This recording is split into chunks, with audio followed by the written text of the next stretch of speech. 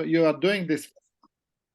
Okay, go You're ahead. doing this for so many years, and I really appreciate your enthusiasm, energy, stamina to continue and to bring us together. Always timely, always on topics that are important for the region, for the world. And I have a special privilege indeed, as you said, to be invited to introduce my neighbor in the Balkans, Konstantina Spiliopoulou.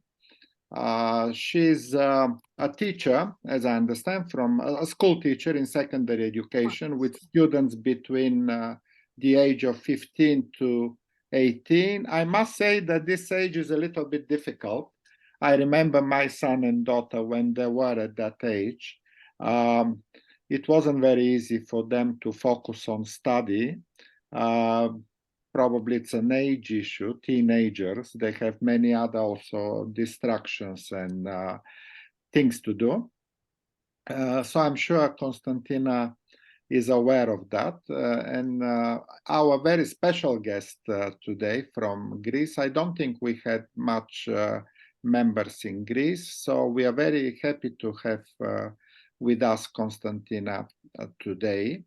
And we corresponded over email, and she signaled to me that she will speak about Greeks as Greek as nations with the help of a poet, Konstantinos Kafavis, who lived in Alexandria in the beginning of the 20th century, with a broad conception of Greek culture, while the modern state of Greece is developing as a nation in kind of an introverted way, trying to gain unity and territories from the Ottomans, struggling together with Bulgaria and other Balkan countries with similar problems. And she will tell us how it is from the perspective of a teacher nowadays to include others in classes, in society, and to emphasize the unity on our identity, mostly formed by the Greek Enlightenment, inheriting the previous long and very significant Greek history back from the ancient times, from the antiquity. And I was always curious, for example, whether the continuity of such a long history over almost 25 centuries without interruption. It is basically a cultural heritage staying for so long, although with different, contexts such as Ottoman Empire, Byzantium before that, the Orthodox Christianity, and it's also spread from Constantinople to Greeks, to Serbia, to Bulgaria, to Russia, Ukraine. They're all part of the Orthodox Christianity, but the beginning of that was Byzantium, Constantinople. And I'm very, looking forward, curious to learn about Greece. We studied history in the schools in Bulgaria, but at that time, it was when I was a schoolboy, it was the communist Bulgaria. And my feeling is that our history books were kind of nationalistic, they presented Bulgarian history as something very, grandiose and significant. But later, when I went into a deeper study of European history again, I spent time in New York, in London, in Asia, looking from outside to the history of the Balkans and Europe.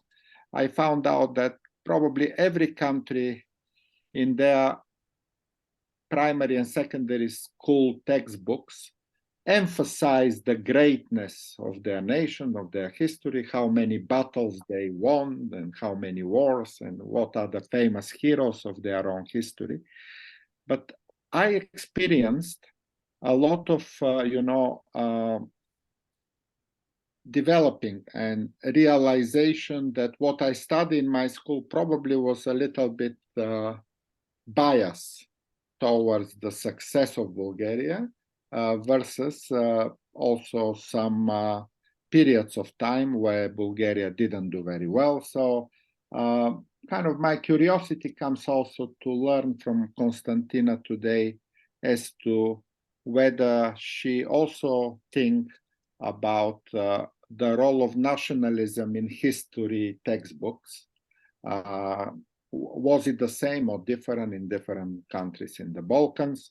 And what can we learn generally? And by the way, not only in the Balkans, I'm sure the same exists between Korea, Japan, and China. The political tensions between countries often start from history books. What the Chinese study about Koreans or Japanese study about Chinese or Korean studies about Japanese is probably very similar to what Serbia, Bulgaria, Greece, Turkey, Macedonia, Albania, and other parts of Southeastern Europe have in their textbooks, and whether that really matches the independent historical study. So that's my introduction to the topic today. Again, big pleasure, big honor for me to introduce Konstantina and give her the floor to her lecture today. Thank you. Thanks a lot. Okay.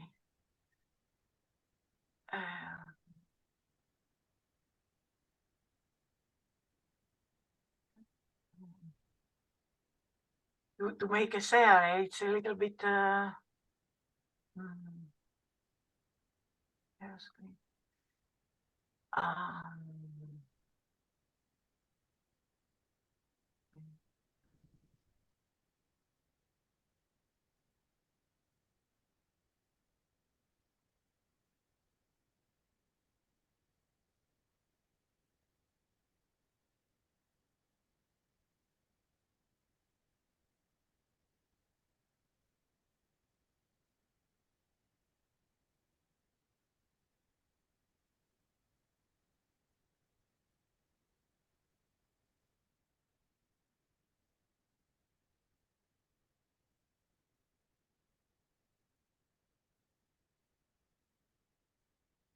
great. Okay, perhaps. Okay, it's coming. Is it? Can you see something now? Yes, I can see, but to make it the full screen, would you please? Full screen. Yes. Wait a minute. No. How can I make down there, maybe the right side down there, like you mean it's a YouTube video, eh? YouTube, YouTube, okay. Yes, I wanted, as an introduction, I want to hear something. But before that, and because we are not so many, I'd like to ask something. Do you know, I'd like to ask you, what, if you know poet Kavafis, if some of you know the poet Kavafis? No. Okay, it's important for me. And introducing myself, I feel that it was very important for me to come in this forum. I came here at the time, February 22, I think, when Myanmar had the dictatorship. Am I right, Mr. Kang? Huh? Yeah, you mean the dictatorship means the coup d'etat? Yes. Okay, yeah, right. Yes. Yeah, and a colleague of me, a member of Euroclio and so on, and she thought, because I was seeking, it was very, very fascinating for me, the facts in Myanmar. And that was the, let's say, the cause that I came here. And when I came, and for 3 years now, I get many questions. It was really like a journey to me, like a journey through countries and culture and people. And I'm really grateful to that. And a little by little, I began to understand something and have more and more questions. So now Greece is a small country. That's really comparing with the expansion of East and the years that passed, Greek is a real small country. So, as Mr. Popovski said, I thought of Kavafis because, as he said, he was a poet in Alexandria of Egypt.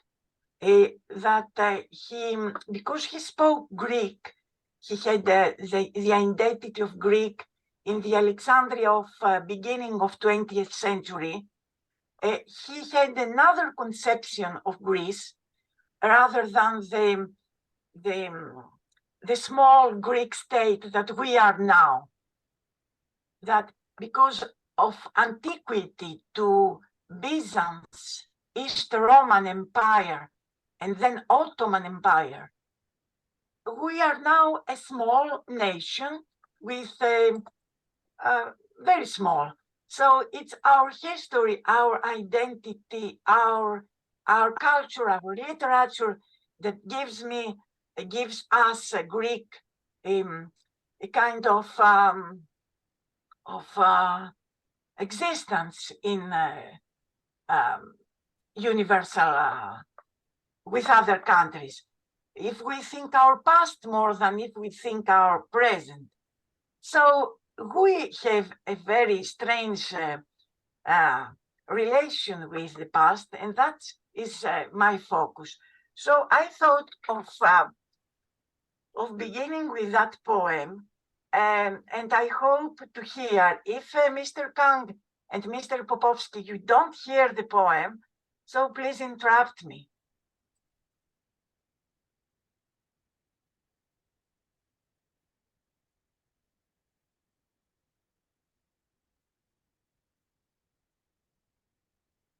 I couldn't hear no sound, no music.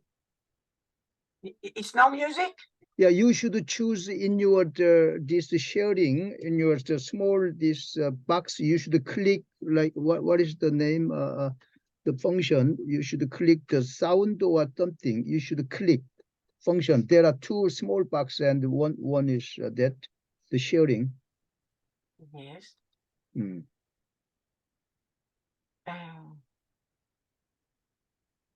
Wait. Okay, sharing sound, something like that. You should choose that. Yes, but okay, I'll close that. Yeah, right.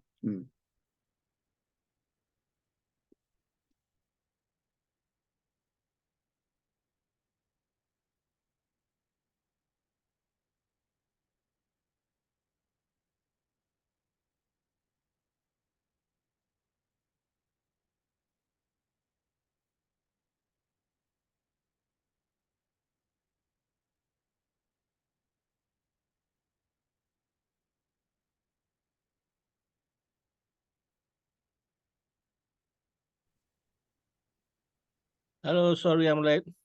Okay, welcome, Zam. Okay, we are waiting for you. Okay.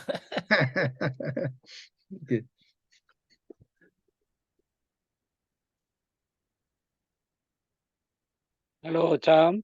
Hello. Okay. G. Mandy, how are you? Long time no see. I'm okay.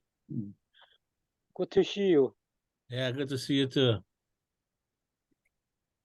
How about your wife? My wife now, she's busy. Yes. She's always busy. She's her load is like expanded and load is like heavy. Okay, like engagement, lots of engagement. Yes, I'm like the neglected husband, you know. So.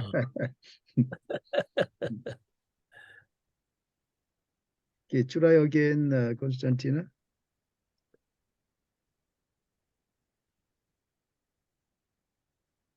Whenever this video has a sound or some sound, you should use or should select this the sharing sound inside this.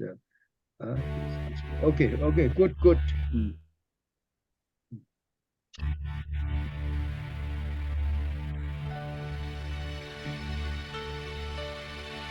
As you set out for Ithaca,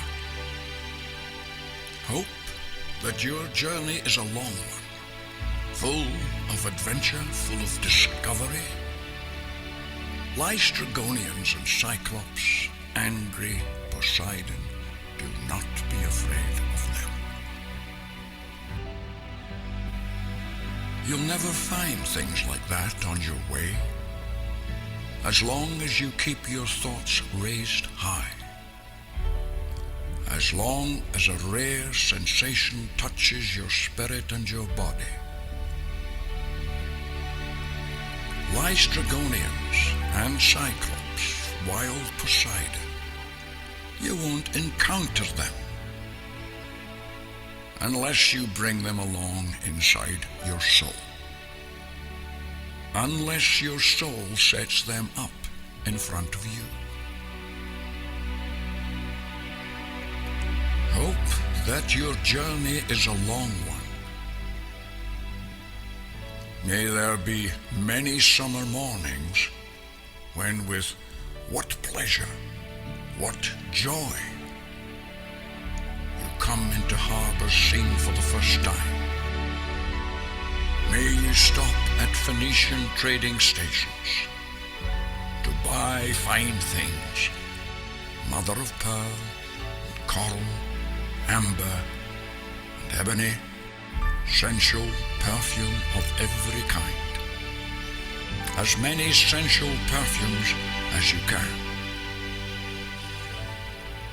And may you visit many Egyptian cities to learn and learn again from those who know. Keep Ithaca always in your mind. Arriving there is what you're destined for. But do not hurry the journey at all. Better if it lasts for years, so that you are old by the time you reach the island, wealthy with all you have gained on the way, not expecting Ithaca to make you rich. Ithaca gave you the marvelous journey. Without her, you would not have set out. She has nothing left to give you now. And if you find her poor, Ithaca won't have fooled you. Wise as you will have become, so full of experience, you will have understood by then what these Ithacas mean.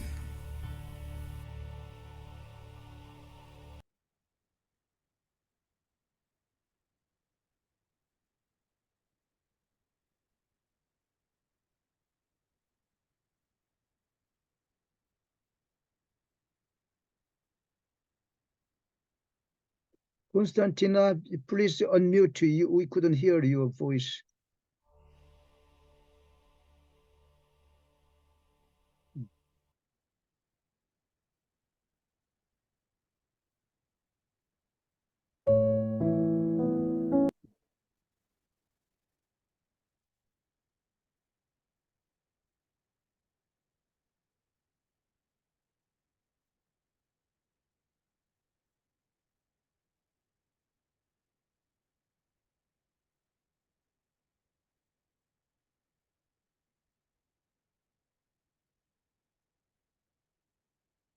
Okay.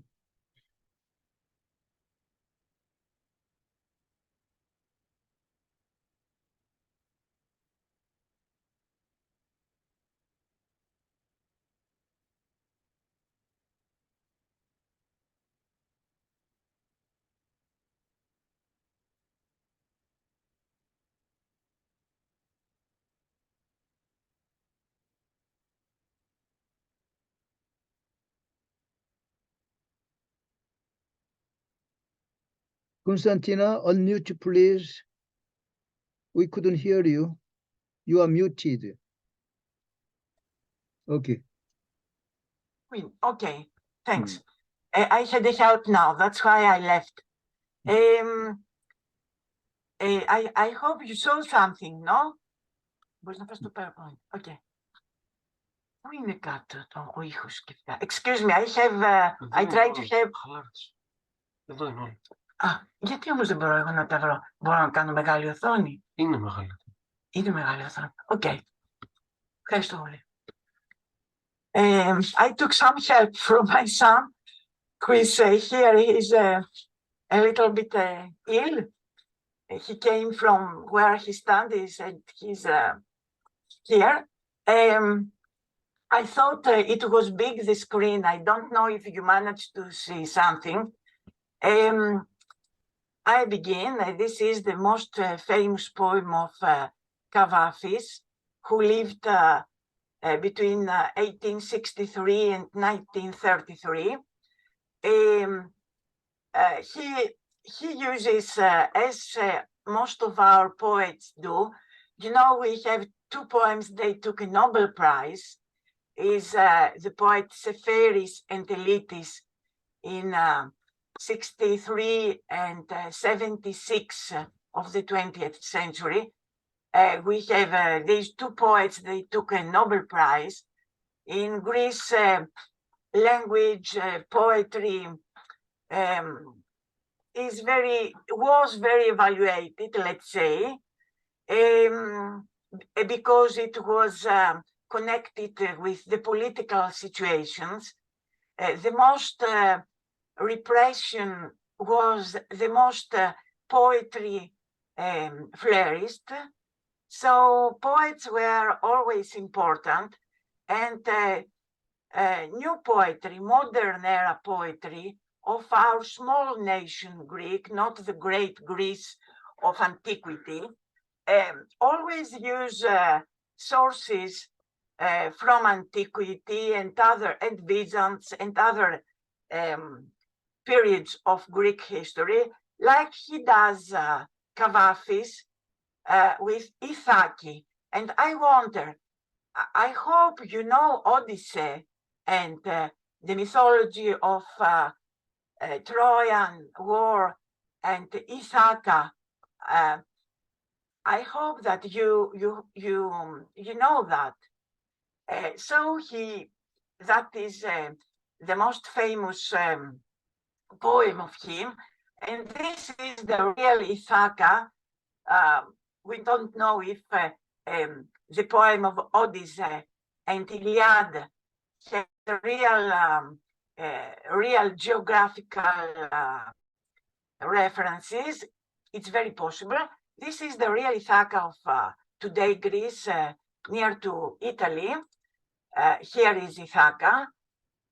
And here is the world of Mediterranean and Mediterranean world and Asian world and Greek world of the poem of Homer.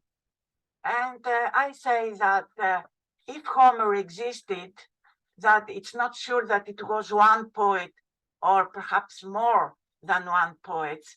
At about 18th century before Christ, before our era, Iliad and Odyssey forged the main elements, and excuse me, because I can't see, wait a little bit.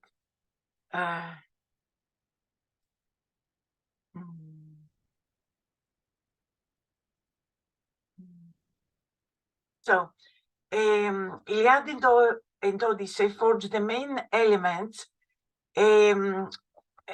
of shaping the Greek theology, the Greek religion.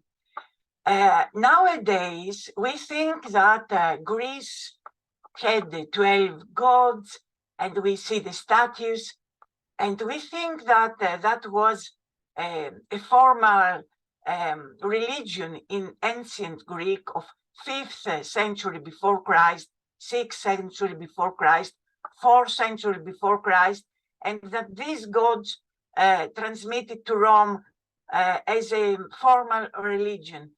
But in reality, ancient Greece of 5th classic golden century was a more flexible religion, more local one in 17th, 6th, 5th century, 4th century before Christ. And the way it became homogenized for us, for our own point of view, it was through the poems of Homer. And that's what which is worse in a way is for ancient Greece also. Homer and Iliad and Odyssey is the poems that made them to see themselves as having one common heritage, one common religion, common references about Athena and Zeus and Apollo. All these common elements were forged by these two poems, and not by some priests or some written books didn't exist, but the poems which in the beginning were oral, and then about 6th century were written down. That is the Greek theology, the two poems. I mean, because they liked the poems, because they recited them, this created something homogeneous, slowly, in culture of antiquity, not only for us, but already in antiquity. After that, these two poems, as I say, forced Greek identity and basic cultural reference, and through influence of ancient Greek culture in Europe's evolution in many ways and historical periods, because something universal as culture reference. I mean, it begins with these poems. I wonder if for you, Odyssey, Iliad, Homer, and the texts that followed of 5th classic period is still for you a reference. But in the beginning, in your introduction, you made me understand that it is, isn't it? I ask, is for you Homer, Iliad, Odyssey something common? You have that as a cultural reference, as a universal cultural reference through Europe, through even through colonialism as it came to East.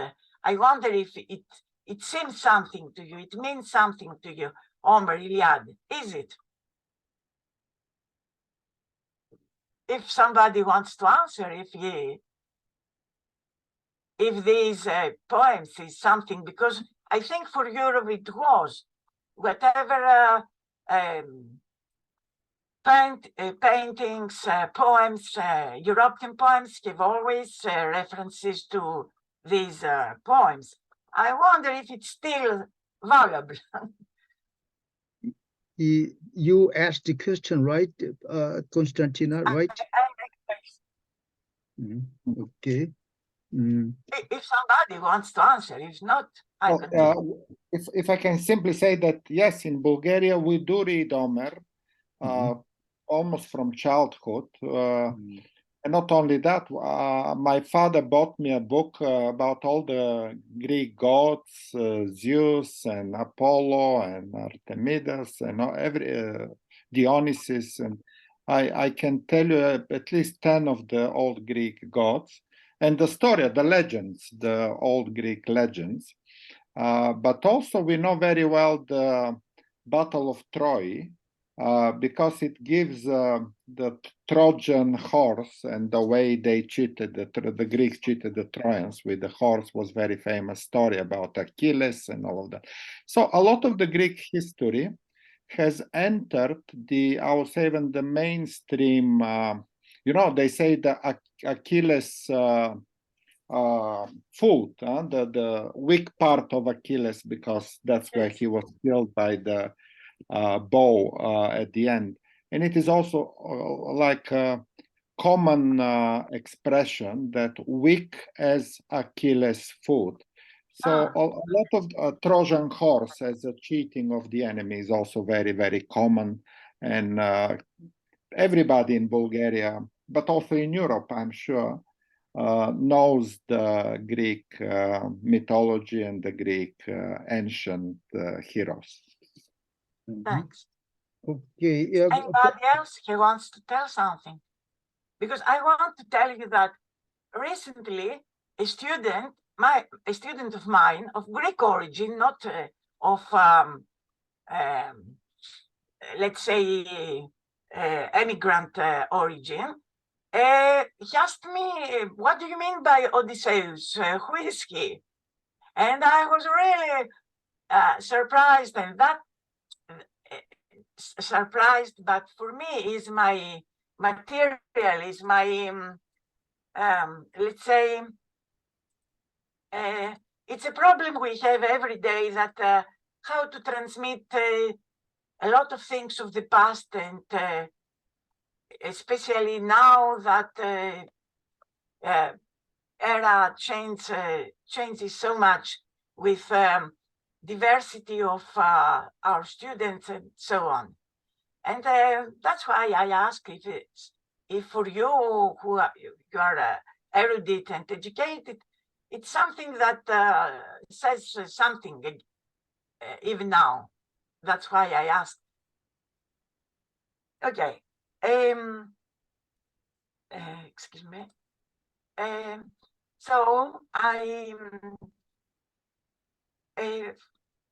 Greece, from the point of view of a teacher, it means this kind of evolution to autonomy, to democracy, let's say.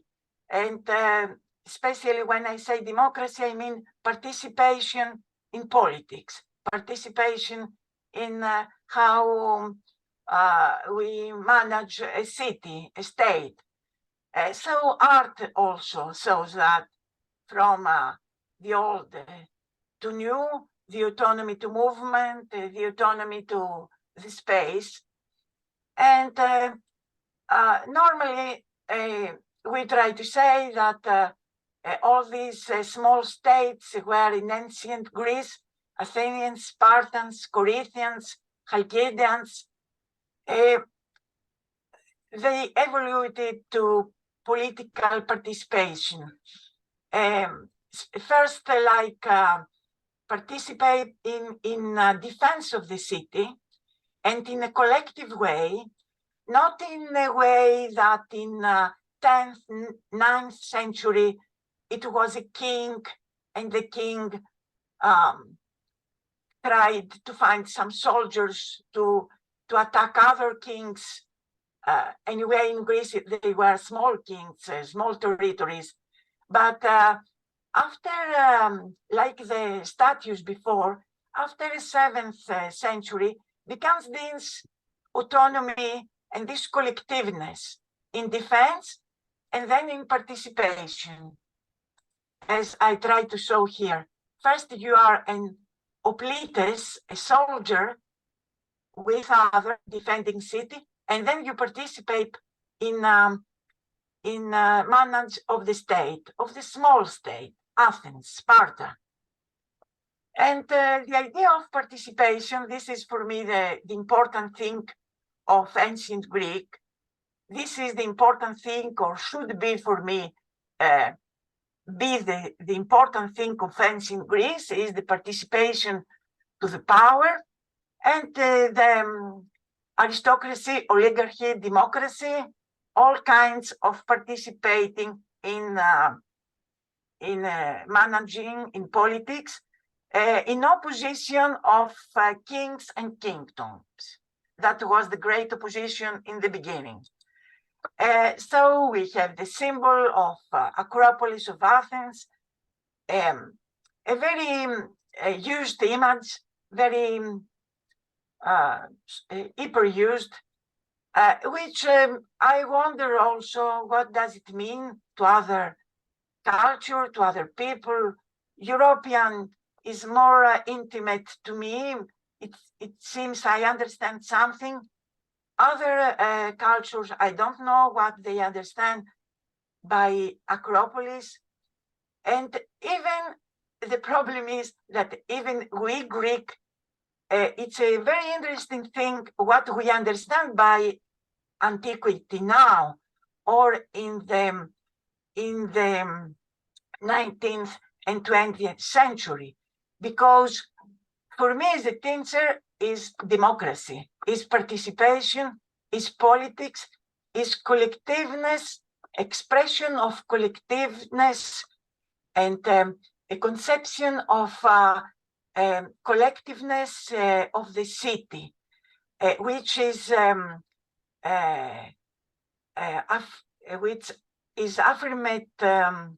which is expressed here by combining religion, but in an open way, religion that means surrounding the city and let her to express the struggles, the coalitions, the differences, and all this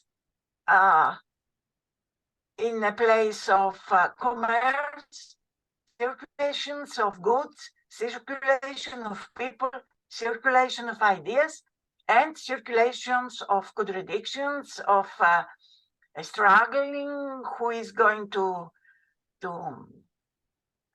have the power, and all this comes in here assembly. This is Acropolis, this is Agora in Greece, and this in front of Acropolis is a smaller, let's say, hill, where is the assembly. Here is the people who spoke, the orators, the politicians, like Pericles was stepping to speak to the assembly here, looking in the beginning, the Acropole. Not in the beginning, but let's not get to the details. So it's a simple step. It's nothing impressive. And it's very, very nearby to the other people assembled there. It's not like 19th century, so it exactly, but it's interesting that 19th century in Europe makes, while Europe struggling in 19th century exactly for nation creation, participation in power after French Revolution. It's interesting that 19th century tries to make connections with antiquity. And these connections, it can be democracy, participation, the orators, or slowly it can be the nude, the athleticism, a spirit of the body, the difference with the religion tradition of Europe, which is very, the tradition before Enlightenment, the religion, the body closed, the body with sins. So sometimes antiquity takes, and in Greece is the same, more later than in Europe, this kind of freedom of body, of athleticism, and even the way orators and warriors, it in 19th century, in 20th century, takes different aspects. There are people, they like to refer to Sparta, to warriors. They see Greece as a very warrior and very efficient in war culture, and they despise orators, they despise Athens, they despise talking, they despise too many opinions. Slowly, a kind of antiquity as Sparta, as war, as body very prepared for war, takes advantage in some periods of the way democracy, the way orators, the way talking, the way dialogue, the way decisions. And for example, in this is by Riefenstahl, before Hitler comes to power, Europe has a lot of dictatorship, a lot of small juntas, and also Hitler to step on. And we have the same. We have it, and we see here how they see how they refer to antiquity, but in a way that we can talk what it is, because here is classic era, and before it's something else about the human body. It's anyway, it's an expression and a dialogue with antiquity. Here is our dictatorship of 1936. You see, this is Metaxas, our dictator. He gives a lot of athleticism and all this. And the same thing makes dictatorship of 1967, which finishes on 1973. And since then, we have our democracy of today. The same thing, look, antiquity, Spartans, warriors. It's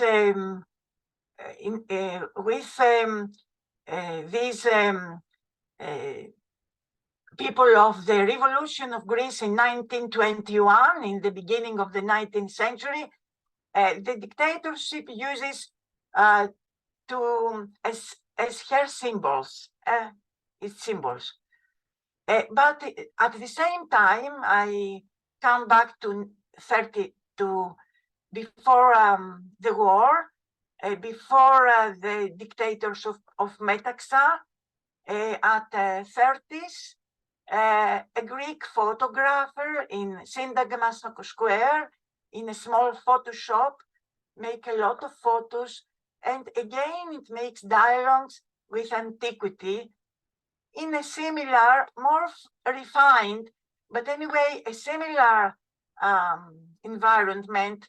This kind of, she is an Hungarian dancer that Nelly Soyunzoglu from Minor Asia, she makes a photo of her dancing in the Parthenon.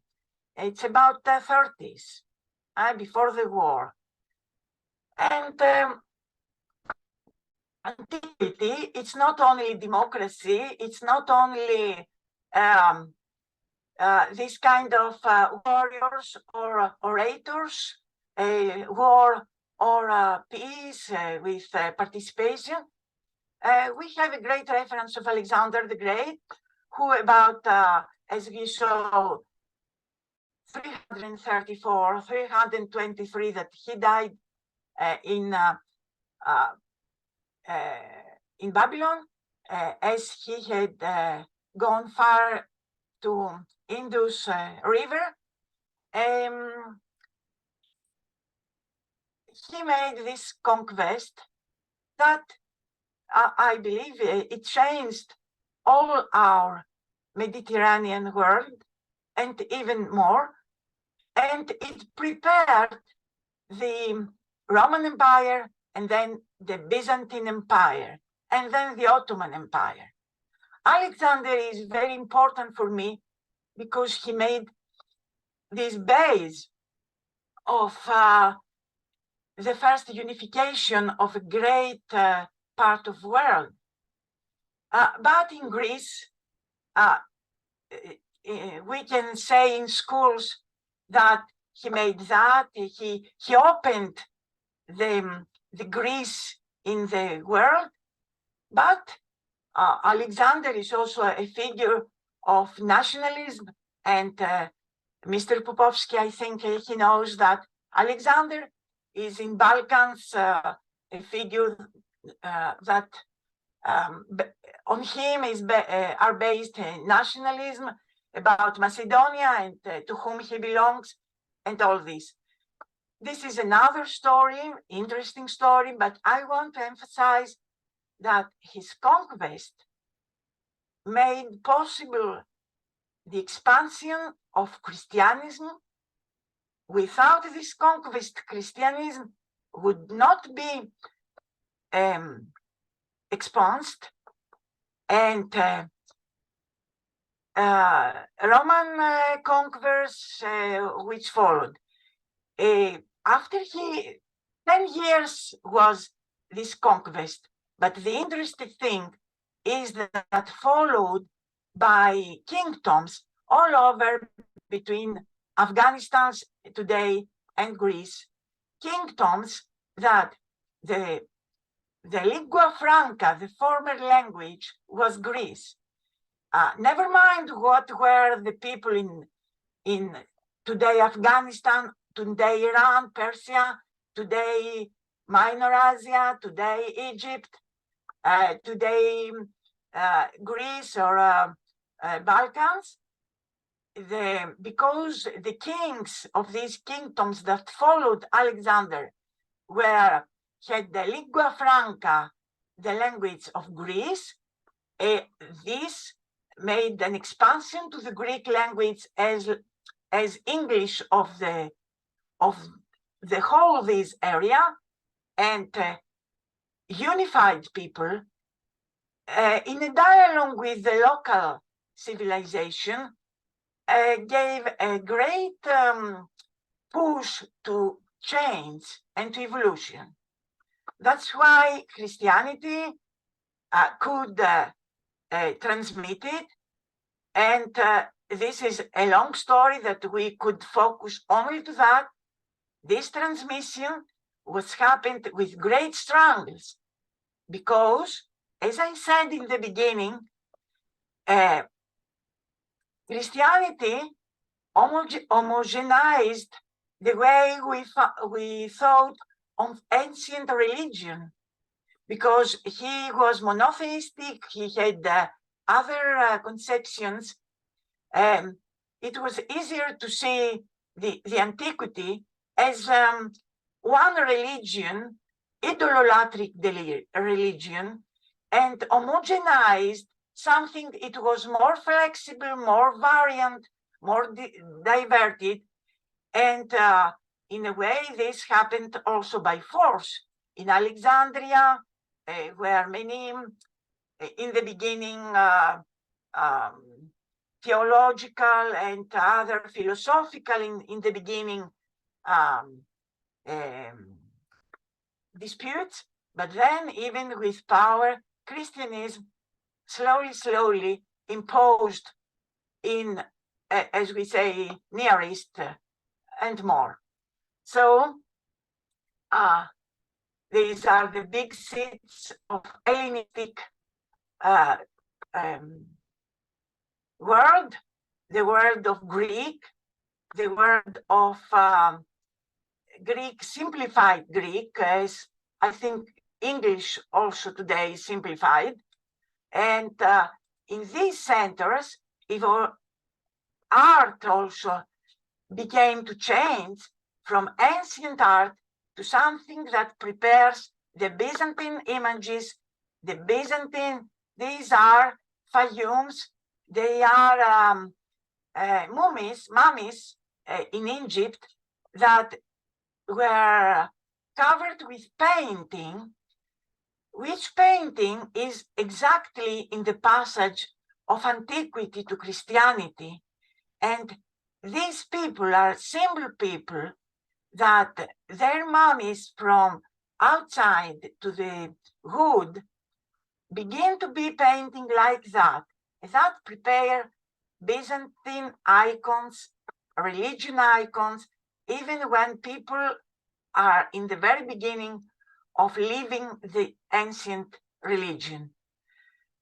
This is an hagiography, is inside in Parthenon. So Alexander made that, and we Greek, we saw Alexander as a big man. When we were under the Ottomans, we saw that as a source of power, not as somebody, as I say, for the Greek language, and it was very subtle. Rigas Phareos and Korais, they are the two emblematic figures that prepared the revolution of Greek in 1921. Here, they manipulated, I mean, in a very gentle and very good way, but anyway, they manipulated all the signs of antiquity.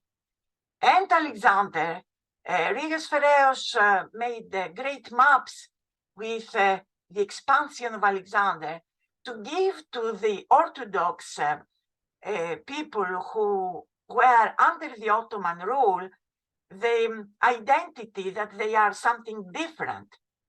And antiquity offered there the sense of new identity, not only Orthodox, not like Jews, like other Orthodox, like Balkan Orthodox, like Armenians, like other Millet people with religion communities that were under Ottoman rule, but the connection with antiquity gave identity that we are different. The connection with Alexander gave force that we can do something because we have behind us somebody that he did something very important. So these two figures translate European texts from French Revolution and translate ancient Greek texts and Homer and Iliad and everything they can, and under Austrian Empire and under Ottoman Empire, they circulate Rigas Phareos, this kind of brochures to awake in the souls of the Greeks the identity of Greek, not of Romios, that means of the East Roman, not of Gaur, that means slave, not of, let's say, Greek, that means, but from Helena. He's somebody Greek, Hellene. This is something special. This is something connected with antiquity. And so they prepare the Greek Revolution in 1821. And so they remember all this kind of ancient symbols. This is our warrior of revolution, Kolokotronis. And since then, in today Greece, it's always a dilemma entre glorify the antiquity or glorify all the others periods that came to our revolution. There was before a tendency to stop history in antiquity and then come to revolution. Like in between there was nothing. Slowly this changed, but in a way it's a very strong belief. And we see that even in our first governors after revolution, the first Greek state, 1830, 1833, our first governor, who was a Russian minister and came to offer his services to the new nation, Capodistrias, and the first king, when he was murdered, Otho of Bavaria, a German house who gave to us the great powers as our king. He tries to combine antiquity with the science of the revolution. Not enlightenment, we have to admit. And this is a coffee shop in the first Greek state. We see the great dilemma that all Balkans have, and perhaps East has, the people with local people of mountains, of villages, and people who imitates, Europe, who try to give us another orientation to Europe. This is Frangica, and this is village clothes. And you see, here is a great schism and great dilemma also. So I come back to Kavafis. This is a photo of him. He has a poem. It says a poem in 1931. It says in 200 before Christ is the title. And it's a poem with 3 mirrors of narrators. It's a narrator who is in 200 before Christ. And inside Parthenon, he sees the remains of the treasure Alexander has offered from the first things he took from the Persians in the first battle he won. And he sent all these things to Athena, to Parthenon, to glorify his victory and thanks the goddess. So a simple person looks at this treasure, not in 300, but after one century after Alexander, like we look all these seasons in centuries. So 100 and more years after Alexander, he looks inside the Parthenon, the treasure of Alexander, and he says that Alexander, son of Philip, and the Greeks, except the Lacedaemonians, is the title of the subtitle of the poem. We can very well imagine, thinks the person, that they were utterly indifferent in Sparta to this inscription, except the Lacedaemonians. But naturally, the Spartans were not to be led and ordered about as precious servants. Besides, a Pan-Hellenic campaign without a Spartan king as a leader would not have appeared very important. Oh, of course, except the Lacedaemonians. This too is a stand, understandable. Thus, except the Lacedaemonians at Granicus, and when at Issus, and in the final battle, where the formidable army was swept away, that the Persians had massed at Arbela, which had set out from Arbela for victory and was swept away.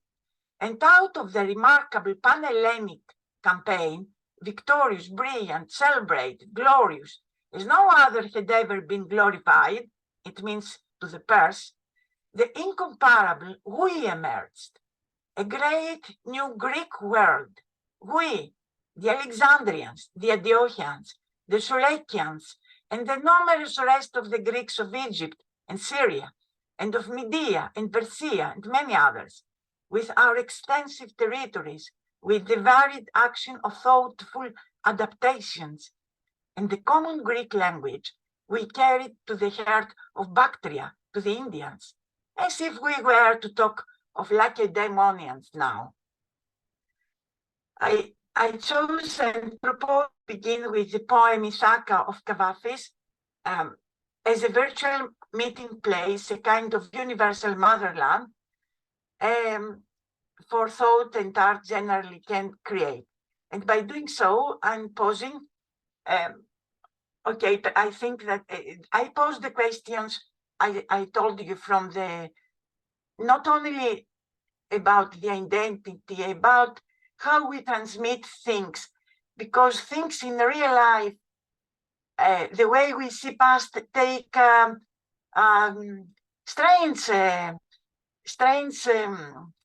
strange roads that perhaps teachers, they don't want. Anyway, I pass this because it's a way I try to make my cure about this. And I go to, excuse me,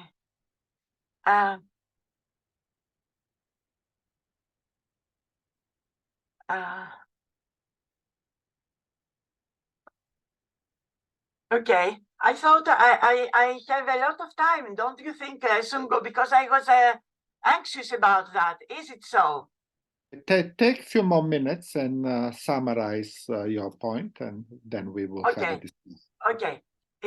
Okay. So I add this. So as I showed,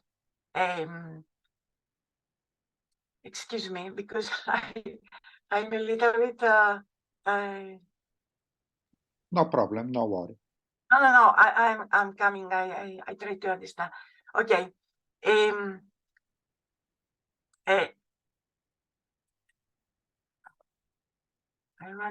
So Kavafis try to, excuse me, I had I had another slide that is useful to me, and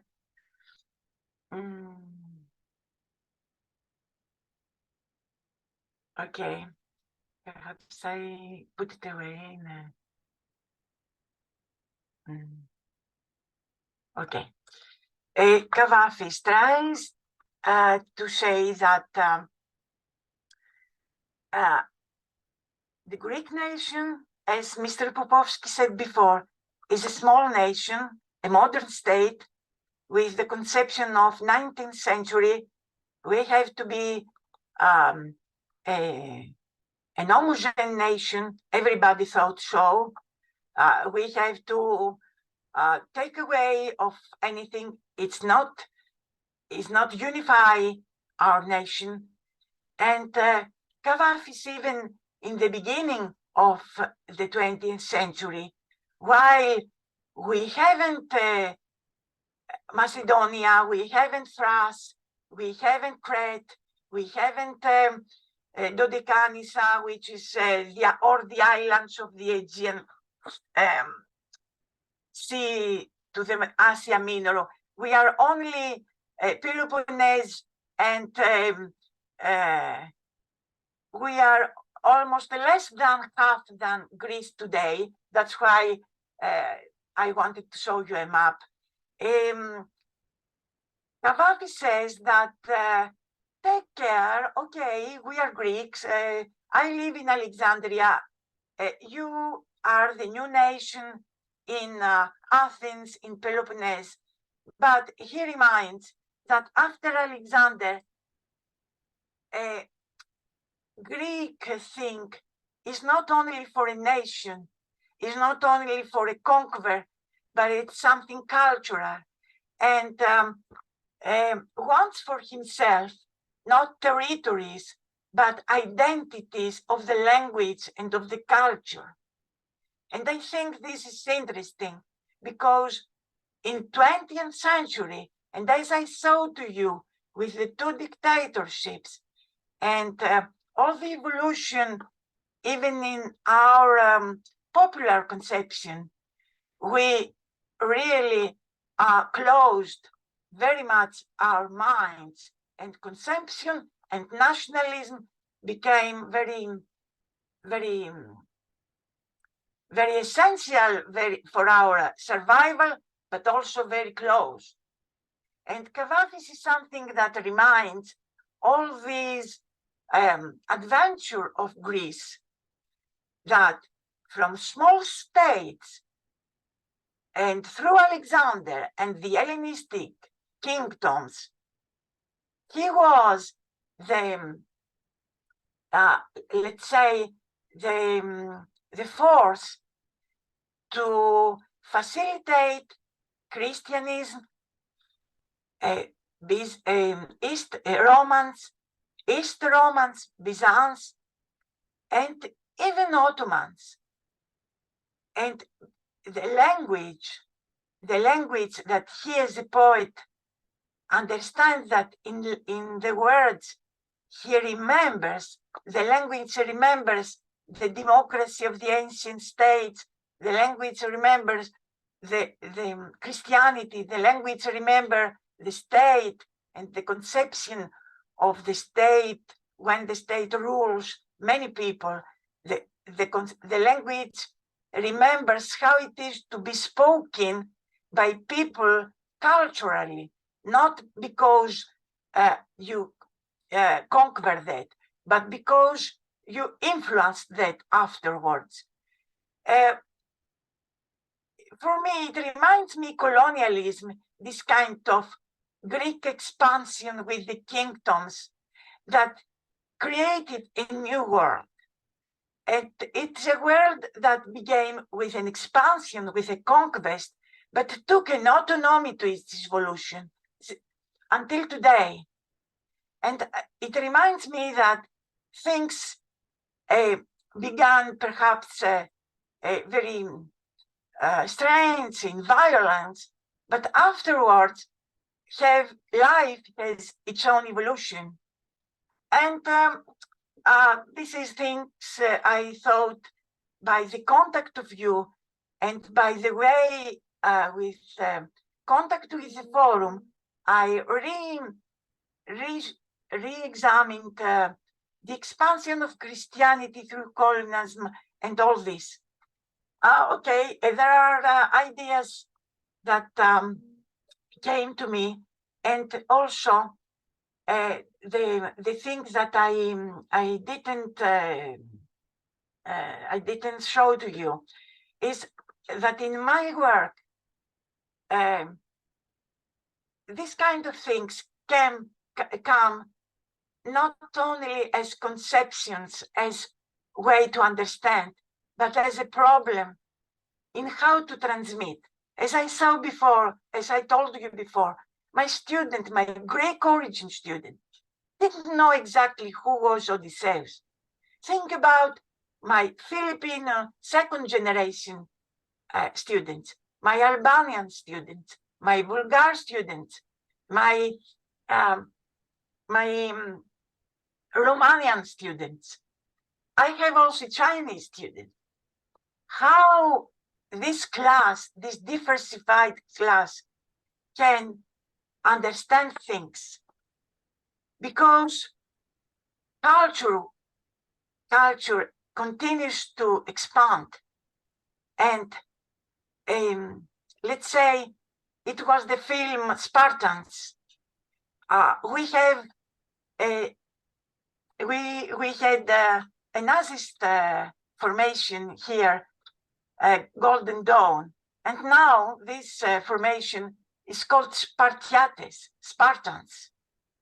There are Nazist, fascist political parties, and they influence a lot our youth. And our youth never mind their origins. And it's a problem for a teacher to understand for himself and then to transmit and give meaning to a past. Yes, thank you. And give meaning and unity to a class, which is very difficult.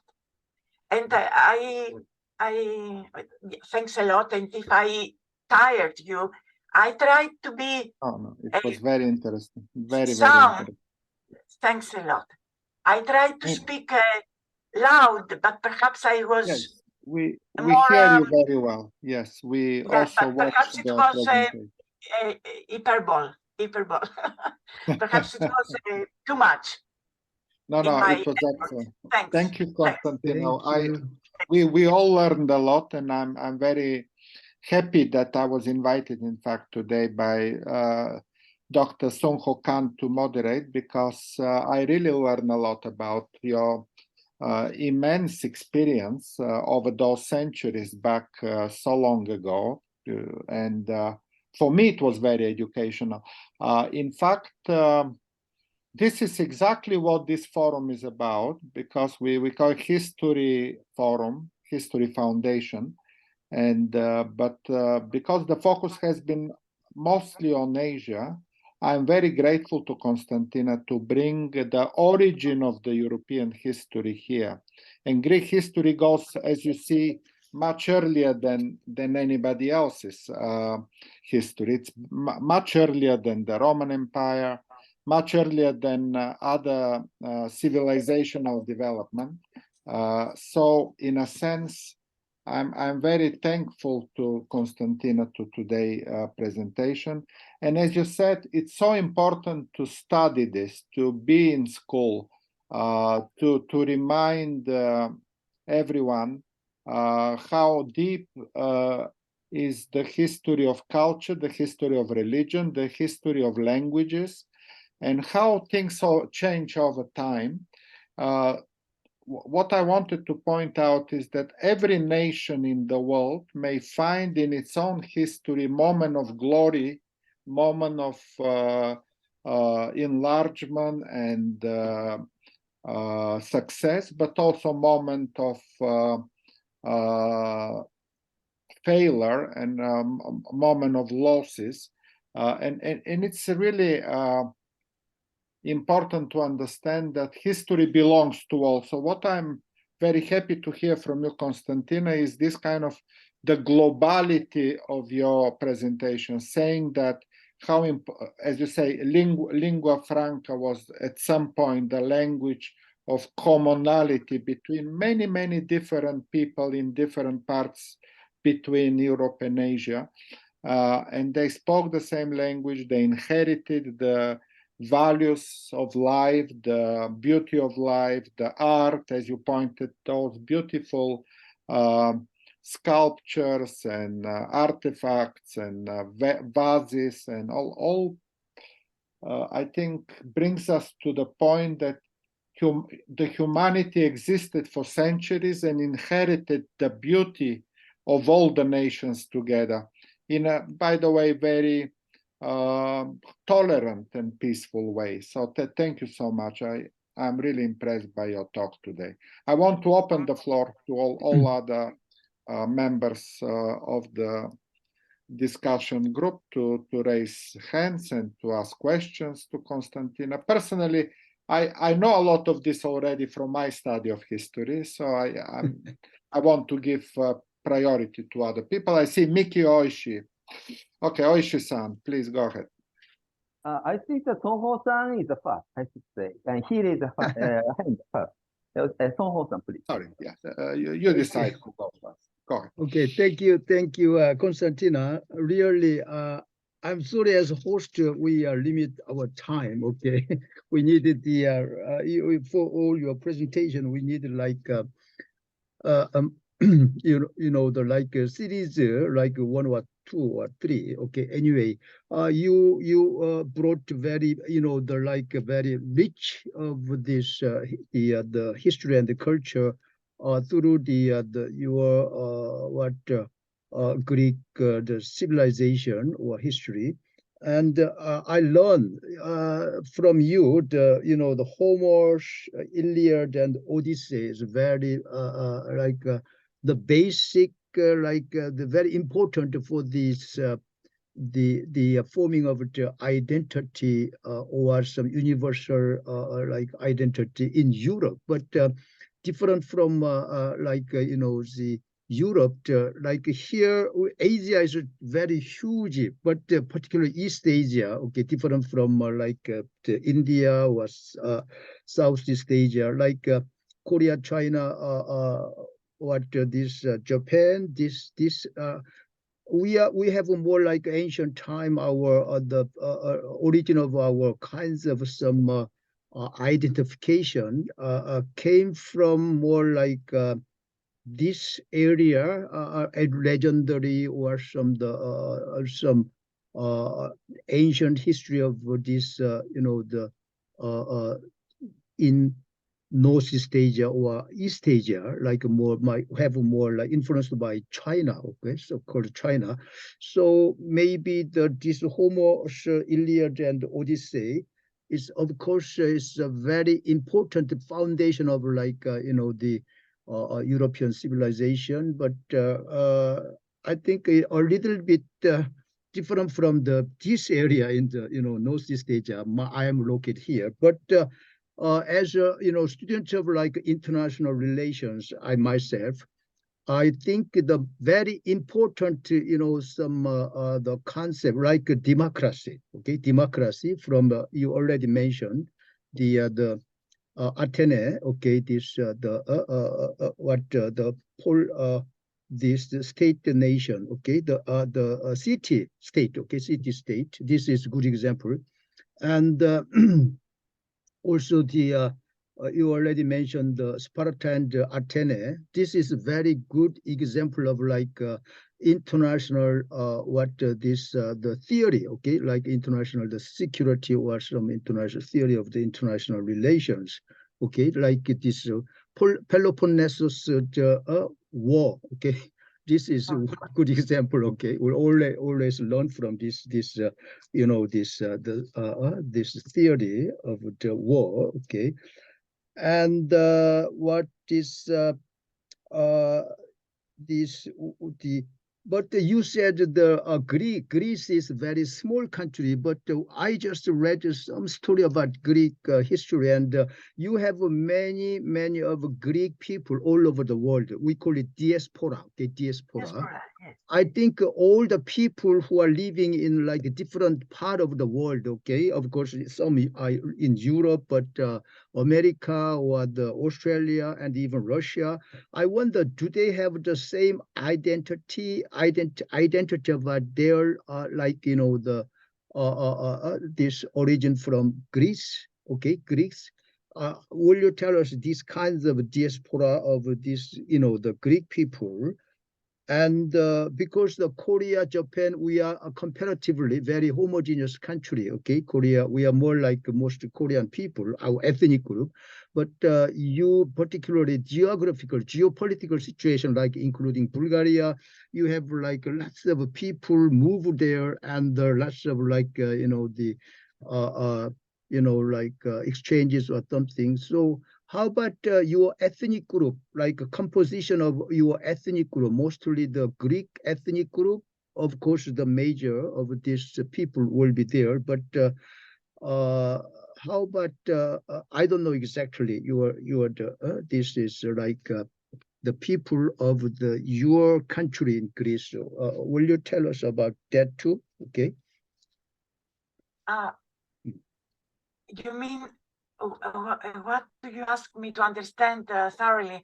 You mean if we have the same conception with diaspora Greek? Yeah, diaspora, all people different. They spread from different countries. They move out to different countries through your history until the like 20th century, right? The World War II or some the World War I. So how about they still because I think the Greek people will be proud of their identification or their identity as a Greek, because Greece is the origin of like European civilization or something. So how do they feel they are their identity or something? And how about your in Greece, your population? How about this the composition of your population? Okay, yes. Yeah, okay. It's two things. Yeah, right. Two things, Mr. Kang. Okay. For the second one, my conception is that I don't know ethnicity, how exactly students and many people in Greece, and I try to show that a little bit, do you believe in the blood, or do we believe in cultural identity? Because Greek as ethnicity, it's a little bit melting one. I mean, in centuries, we had ancient Greeks, okay? Ancient Greek between Macedonian Greeks, Athenians, Corinthians, Chalcidians, islands, Minoans, and after in Crete. I don't know exactly what kind of people were, and I don't think anybody knows, but they know their culture, their art, their conceptions a little bit. So I don't believe about blood in ethnicity, but there are people in Greece, they strongly believe in that, about blood.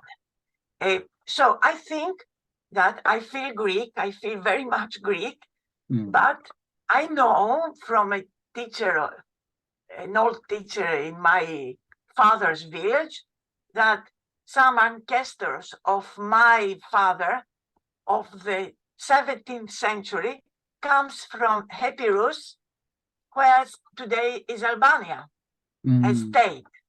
Okay, and my mother was always in Peloponnese, in Messenia, which is where to Ionian Sea, to Italy, verted way. So what am I? Albanian is something contemporary as nation, as we are as Greek nation. I mean, borders came in the 20th century, but language and identities are really of millenniums.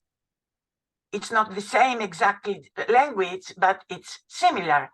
That's why Kavafis, who lives in Alexandria in diaspora, it says my language, my home, my Greekness, in a way, my Greekness, it's my language, it's my conception. But there are Greeks, they say the blood. They make even DNA now to see how much of Greek people they are. I don't know. This is, I think, an important thing for all nations. Is it about blood or is it about culture, about identity that you feel? That's a question. Greek people, what they are, Slav people, like were here for centuries in Greece, in Peloponnese. What exactly Greek in blood? I don't know. I think it's very melted. But Greek as language, Greek as conception, Greek as somebody who fights to have a Greek state against Ottomans, that makes him Greek.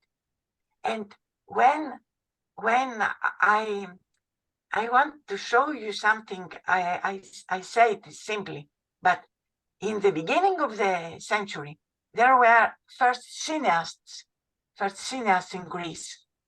Two brothers, they had machines to make movies. And one of them chose to be Serbian. And the other chose to be Greek. Because in the beginning there were Balkan wars, there were a lot of propaganda. Each nation tried to take people to their part. And after that, every nation tried to normalize, to forbid another language, to forbid other identities. Europe made that also. Europe made that when Protestants came in 16th century, 7th century, even in 20th century, French people were beaten badly when they spoke Breton. When they spoke a language of East France, they were beaten in school and very badly, because nation was homogeneity, unity. And that's how now immigrants is a problem in a way. I don't believe that. I mean, I tried not to be, But is a problem because Europe, all the 19th and 20th century want nation as an homogeneity, as unity. They struggled to do that. And I don't know, Mr. Popovski wants to know, what is Bulgarian as people? Yes, I agree. In Bulgaria, we also very much think of ourselves as a language, as a Cyrillic alphabet. And curiously, Cyril, who created the Bulgarian alphabet, is a Greek person. Oh, yes. Cyril and Methodius were Greeks who created the alphabet for which now Bulgaria, Russia, Ukraine, Serbia, even Mongolia is writing on that script, the Cyrillic alphabet. So see how important is exactly the issue of identity, which is not just the religion, which is not just the nationality, not just the ethnicity, the blood, the language. I think all together, the culture together creates the identity. I have also Mikio Oishi who wanted to ask questions. So please, you are the next, but also anybody else who wants to raise questions. Maybe we should take several and give Konstantina time. May I say to Mr. Kamp the other way about diaspora? May I finish that? Oh, yes, please, go ahead. Yes. Okay.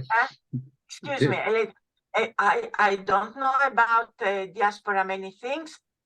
There are even fourth generation now in United States, in Australia. The diaspora begins in the beginning of the 20th century, very much in 20s, and then in 70s, especially to Germany.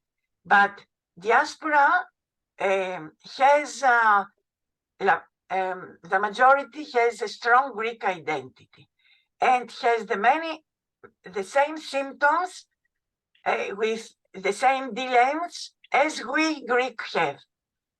Nationalism, blood, when the party of Nazist party, which was very strong in 2012, 2013, and even made killing of immigrants. It was a very bad situation, and it still is in Greece with this kind of Nazist parties. And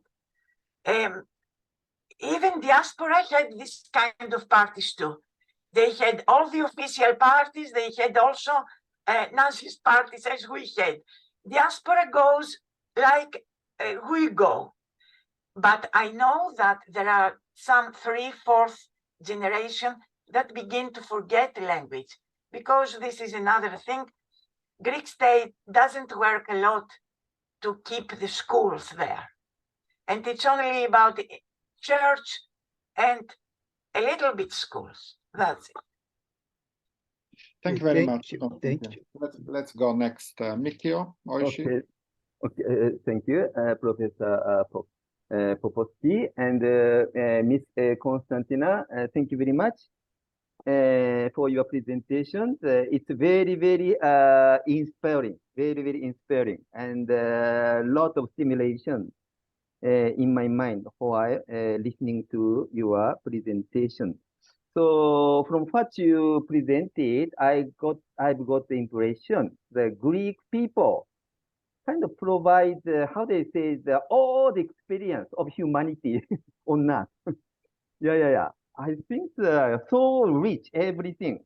So of course it's ancient Greeks original place of the democracy and many other things already Sunho-san and also the Professor Pop already mentioned a lot of human experience. So I think also other people can just take something from the experience of the Greek people historically. And of course, at the time, and maybe at that time, Greek and maybe Greek culture become civilization. Then almost like empire, right? Maybe Greek empire. Byzantine Empire is a Greek empire. Yes. Yeah. And yeah, at one time it's empire. Then that one contribute to the what is called a cosmopolitanism. that is the very opposite of the nationalism, right? Nationalism, cosmopolitan, and common or universal value or whatever. Then then maybe the recent experience of Greek people, maybe nationalism, right? Nationalism. Then nationalism more exclusive, maybe rather narrow perspective. So everything is there, and then also to compare with classical, maybe classical period. Then of course the Christianity has been active, maybe mostly Orthodox Christians. So anyway, it's so fascinating. So my question, and also I was thinking about comparing Japanese people and the Greek people, kind of. And in which way? Yeah. And my idea of Japanese is that they can continue to be Japanese only so long as they remain in the Japanese archipelago. That is my current idea about Japanese. Also there are some kind of Japanese diaspora, but I think that they are so easily submerged with maybe local culture and of the host country. So I think after maybe few generations, they just disappear. And that is my understanding of Japanese. And so only as long as they remain in Japanese archipelago. And in the sense, the landscape and natural environment, all these things has a very strong influence especially on Japanese. So then the Greek people, I think the Greek people are more persistent and persevering. So I think it's because of the great cultural heritage, civilizational heritage, and hallmarks, literature or whatever. So I think it's So in that sense, it's very, very interesting. So my question is that, so also the Greek people experienced the era of nationalism, in addition to the era of cosmopolitanism. I want to kind of, how they say, go to the next stage of nationalism, especially if I consider the situation in Northeast Asia and Japanese people, the Korean people, Chinese people, and then the three different nationalisms exist and often kind of almost like a tension and clashing with each other. So maybe I'm just wondering, maybe the experience of Greek people may provide a hint how to kind of overcome the problem of nationalism. And maybe you may, hopefully, you can share your idea about this one. And also another one is that, and also diaspora. This is also another important word. Diaspora mean? So do you think the Greek people diaspora globally? Do you think they will go back to the original place of their own? So diaspora means something like that, right? And going back to their ancestors' land. There such a movement possible in the future? Maybe not so. Maybe you say something also. And also maybe and how about maybe sub-national identity among the Greek people? Sub-national. Because as I even within the territory of the Greek, or maybe including the ancient Greek, I think there are different landscape, I think, and different geographical environment or whatever. Then maybe through the interaction of the local people with the natural environment, I think that they may generate the certain different way of identity. This is not a national identity, sub-national identity. Yes, thank you, Mickey. You asked two questions, and that's a very good one. The first is whether the Greek experience can be somehow instrumental to the conflict between China, Korea, and Japan. The second is about diaspora and whether the Greek people all over the world what is their connection with the people in Greece. And the third one is about possible subnational identity. Maybe, for example, you know, people in Okinawa are part of Japan, but they have some own identity, or people in Hokkaido have their own identity. Like in Japan. So is there something similar, for example, between Yes. Greeks on the mainland and Greeks in Rhodos or Crete or somewhere else? Okay, Konstantina, 3 questions, but there are more hands up, so please be brief. Yes. I understood more about subcultures. I can answer that easily. I mean, I understood it. I don't know how it is in Japan. I understood a little bit by Mr. Popovski, but we have subcultures and dialects even. But dialects, Crete, in the middle of Peloponnese, people who came from Turkey, Pontus, to the Black Sea in the north, in the south of the north of the Asia Minor, Cappadocia, Trapezuunta, Sinope, the north of the Asia Minor is Pontus. And when they expelled from Kemal Atatürk in 1922, 1 million Greeks from Asia Minor, Pontian people have a very special language. And because the North Minor is very isolated, very with rocks and with forests, it's a very old form of Greek, Pontian language. And there are subcultures, but the tendency is to homogenize, and the language homogenized. But Cretan people feel like another state, Cretan people, which is the island on the south of Greece, the big island near Cyprus, near North Africa. Cretan people have a special identity, and then the south of Peloponnese has a special identity. Maniates,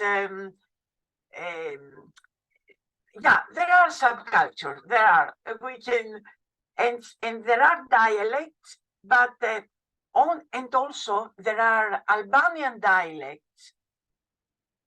Not Albanian from that state, but Albanian from before. They were assimilated, but they kept a little bit the language.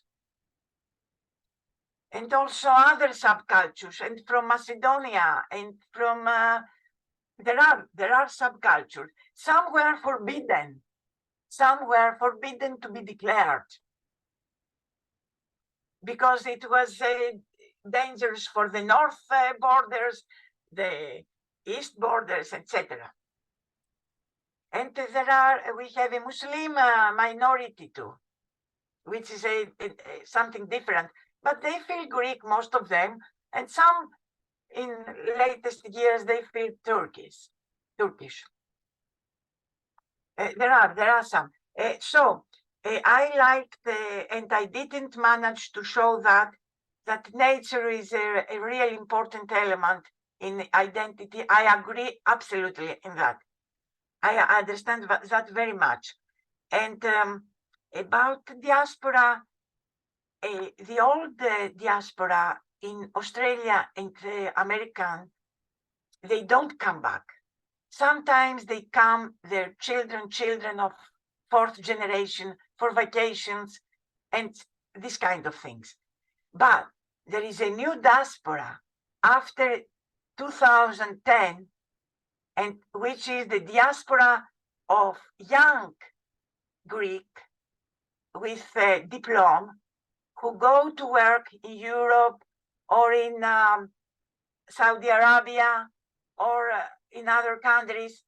And this kind of people, perhaps they want a little bit to come. They still want to come, but other people, the majority, can't come anymore. some of them, they have already returned. In all the 20th century, they were some returning, but most of them, they simply keep a relation to the country when they can. They don't return really. And about the conflict, that I didn't understand the conflict. Mr. Popovski, well, the question was whether the relationship in Greek and history can be some kind of a lesson for Korean, Chinese, and Japanese to follow. First of all, you have to make me understand the conflict of Korea and China. Right, don't worry about that. Very We well. have 2 more questions. Okay, Konstantina, let's move on. I see Anunit is waiting. Please, Anunit, your time. Yes. Unmute, please. Okay. Oh, perhaps Anunit disappeared. Then let's have Askander wanted to ask. Askander Kamarzulaman. Yes. Yes. Go ahead. And Okay. when Anunit is back, we will ask. Yes. Go ahead. Your question, please. All right, thank you. Well, I was waiting for long. I forgot already what I'm going to ask. But it's okay.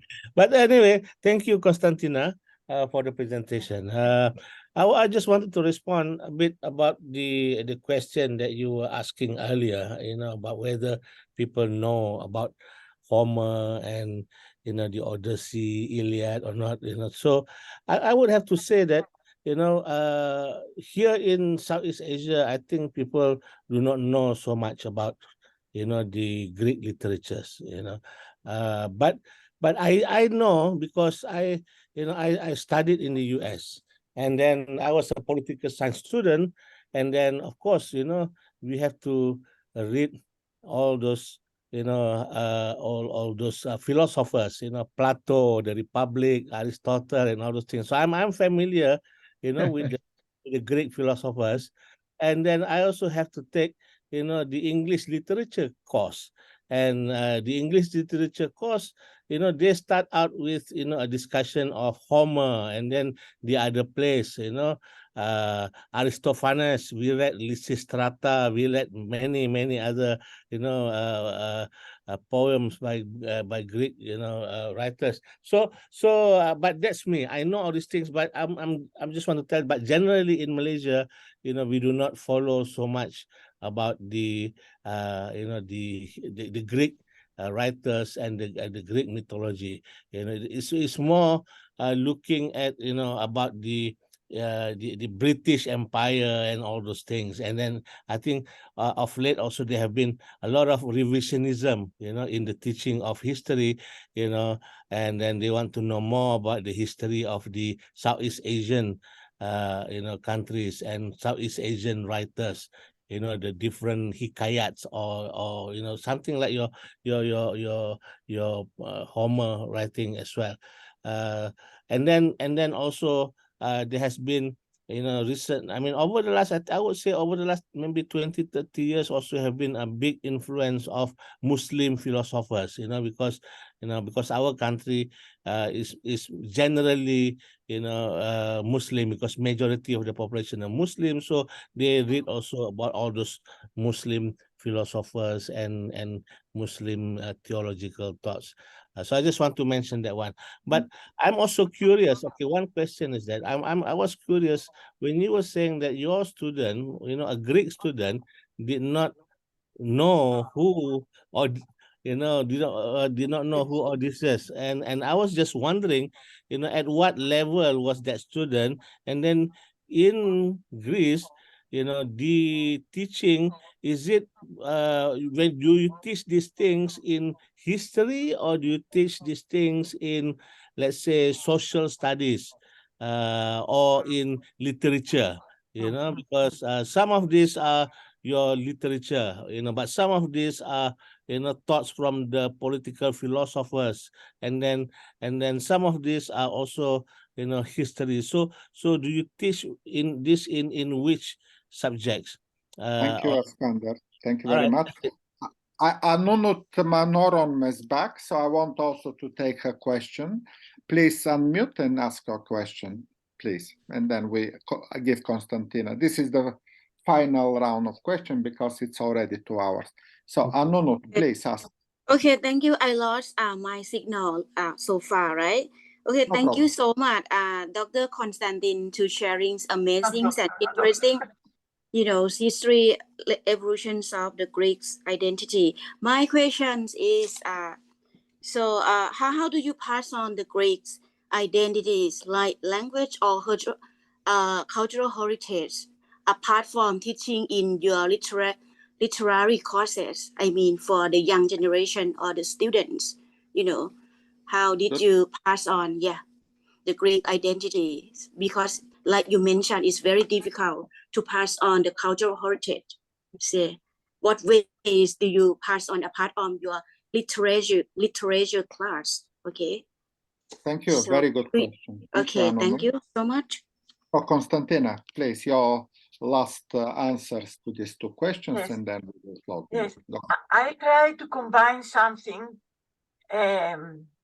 Before I answer to Mr. Askandar, I try to combine something with Miss Anunut. Okay, yes. Look, yes. Look, I had prepared a small piece in my PowerPoint, and you saw that I put it away because I didn't know if I had to go with that or not. And that was a small piece of how I try to teach the Iliad and Odyssey in children today, and how I try to find a combination, let's say, with Antar, with Arabic narration, or Mahabharata, or Ramayana, or Gilgamesh, or with I had images of the natural telling stories like Disney, like Red Chaperon Rouge, how we say, like fairy tales, and through the narration, through movies, I try to say about the fact of narration first, and then about the fact of poetry narration, and I try to find combination as I know, but I don't know many things, but I know about Mahabharata, I know Ramayana a little bit, I know some Arabian tradition of oral poetry and recitation, but for example, I have many Filipino students. I'd like to have something that I know from their culture that can facilitate me to touch them, but it's very difficult. And sometimes we have some things, for example, with Albanian students, and even with Filipino students, we made a national celebration about the war, Second War, and we tried to say a poem of Pablo Neruda, who is a poem of Chile in Latin America, and it talks about freedom of the people, the tree of the freedom, the tree of the struggle of the people to be free, and we used a lot of language we have in our school, and everybody told something, and we tried to speak about this struggle through languages. And Filipino girls, they used Spanish. They wanted to talk the Spanish original of Pablo Neruda because they felt nearest to them. So they said one of the Filipino girl protagonists, she said Greek, and the other, the original Spanish. Also, the Albanian girl was really enthusiastic to tell in Albanian.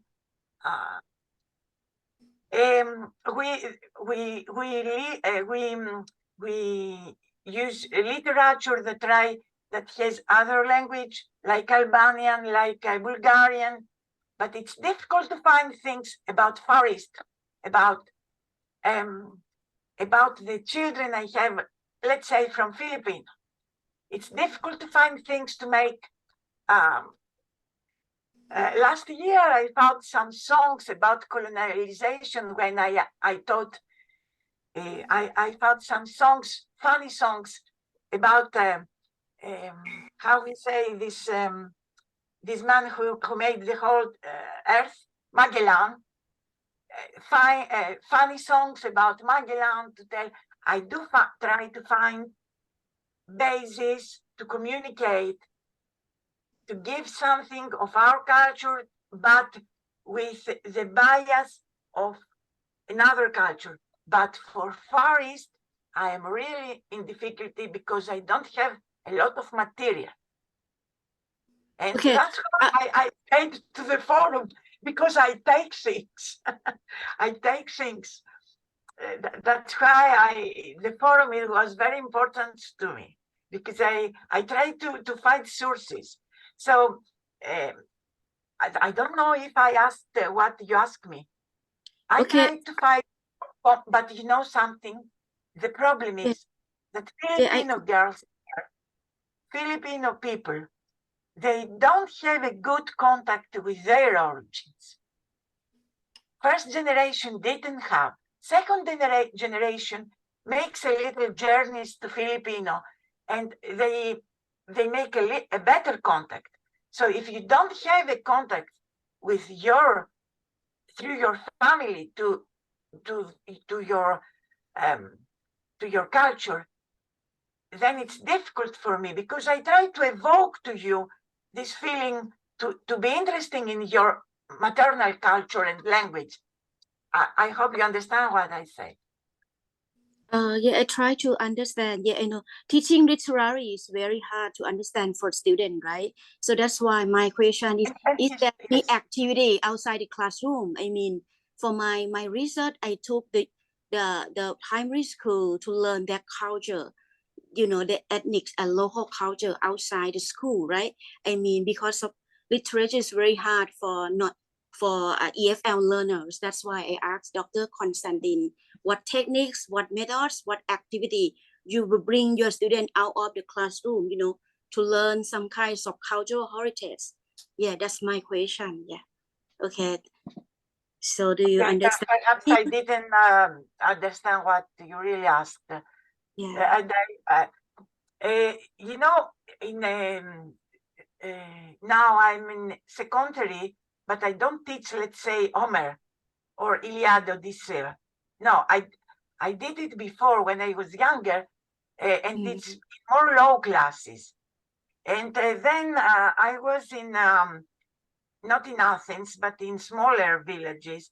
So we took outside to where the people go, the children go to how we say that? You know, where to the playgrounds, It was easy when we were in small towns. We were to playgrounds, and we were reciting Odyssey. We were talking like making, you know. I have this kind of memories, but it was because it was village almost, small towns. The problem that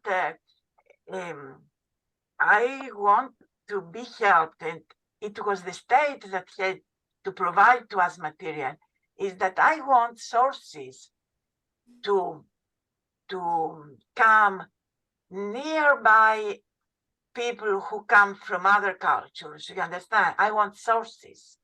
Let's say stories, songs, this kind of things, and books, and translations, and this kind of things. And about Mr. Askandar, I teach literature and I teach history as different courses. In Greece, I am a philolog. That means I teach almost everything. I mean, it's a strange thing.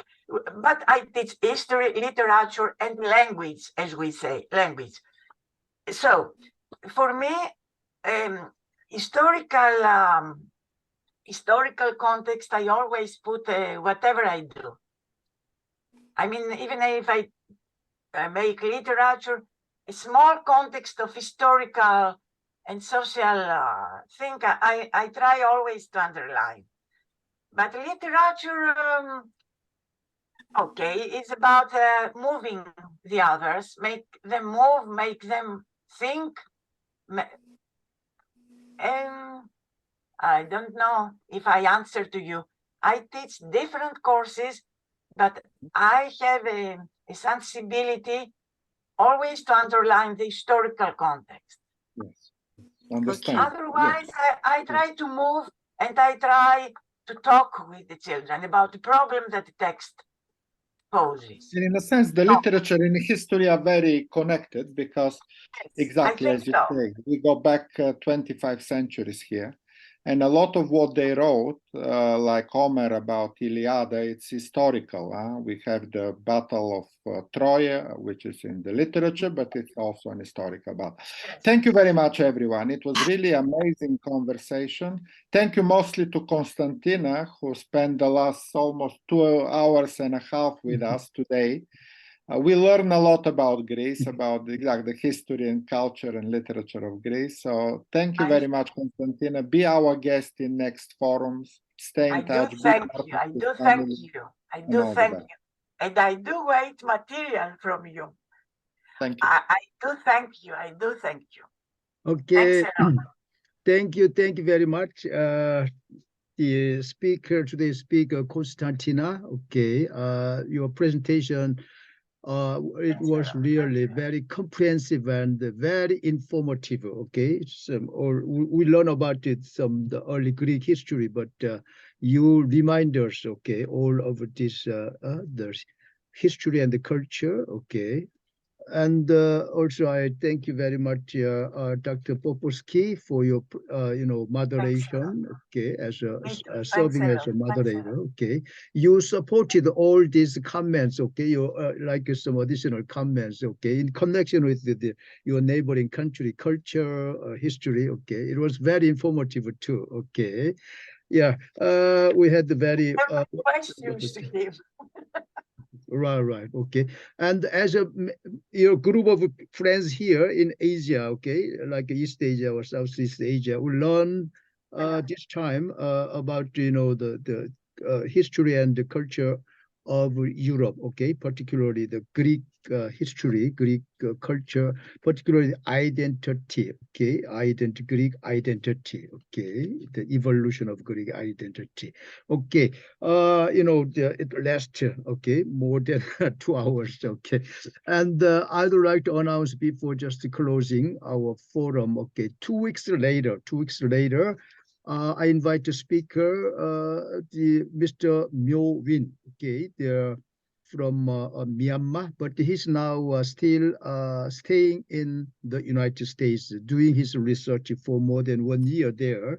And I don't know he will talk about, of course, Myanmar. I didn't receive the topic yet, but update of Myanmar situation and what he did research in the United States with all this information. Okay, so I hope and I expect you will join our forum next 2 weeks later. Okay, everybody, thank you, and keep healthy, and see you again. Okay, see you, and need to read the Itacha poem. Okay, take good care. Bye Bye. bye. Okay, bye.